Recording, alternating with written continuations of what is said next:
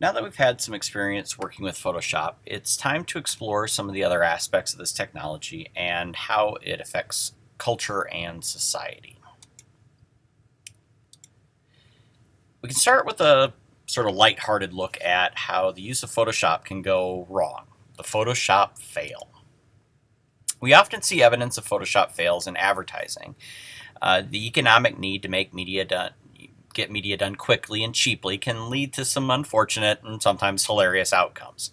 So take this example, for instance. This family is so happy and loving with their new sweatshirts from wherever this is that the father had to grow an extra arm to, provide more hugs for his family. So it's 1 hand, 2 hands, 3 hands.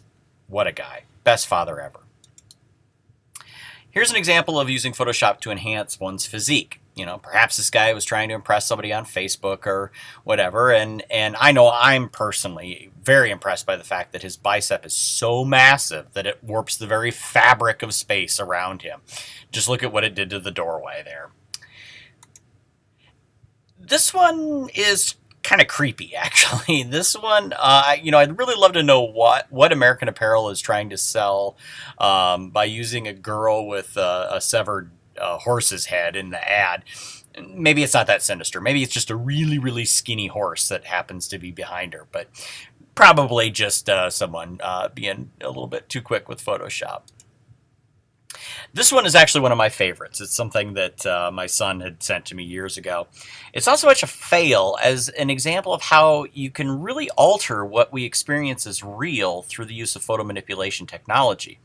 Now, obviously, there's no such thing as a living turtle burger, but the artist has done a great job with this one. The sense of depth is a perfect match between the burger parts and the turtle parts, and the lighting and the shadows and everything make this look real, even though we know that it's not real. And so that last image of the turtle burger really brings up an interesting question. If we manipulate images to make the fantastic realistic, what happens when we manipulate real images to be realistic but are actually lies? This used to be really, really difficult. In the past, you had to have access to a dark room and have lots of complicated equipment and chemicals. And there were limited techniques for being able to do things like the turtle burger, where you match lighting and shadows and so forth. That said, this was done, and was done far more often than most people realize. Sometimes people can even be removed from history. Here are some examples from history. Joseph Stalin was a Soviet dictator in the early 20th century, and he often found it desirable to him to erase people from history. For a guy like Stalin, history was not something that was static. But rather it was a malleable story that could be manipulated for whatever purposes he happened to have.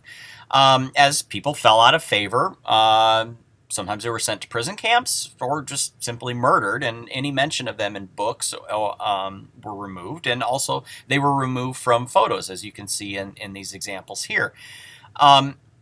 This is disturbing because after we're gone, when we die, the only thing that's left is the impact that we've had on the world and the stories that the people that are left tell about us. And so those that survive really have the ultimate power over that memory. So if you have somebody like Stalin, they can use that for some pretty evil things. But it's really an interesting thought to think about, what we leave behind and what can be done with that.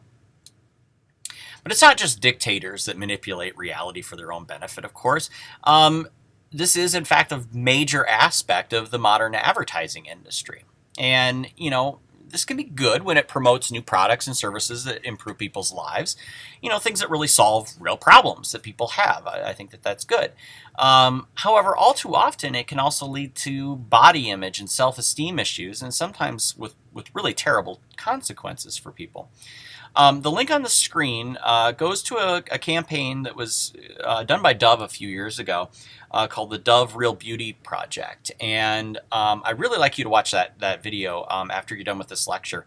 There's a link to it on eLearning. And it shows just how altered the images in advertising really are. The last thing to talk about in this section is this article. Is just, again, this is part of the reading for this segment of the class. It shows some further examples of the way that Photoshop and similar technologies can be used to alter photography and what we think of as real. And again, that is linked from this section on e-learning.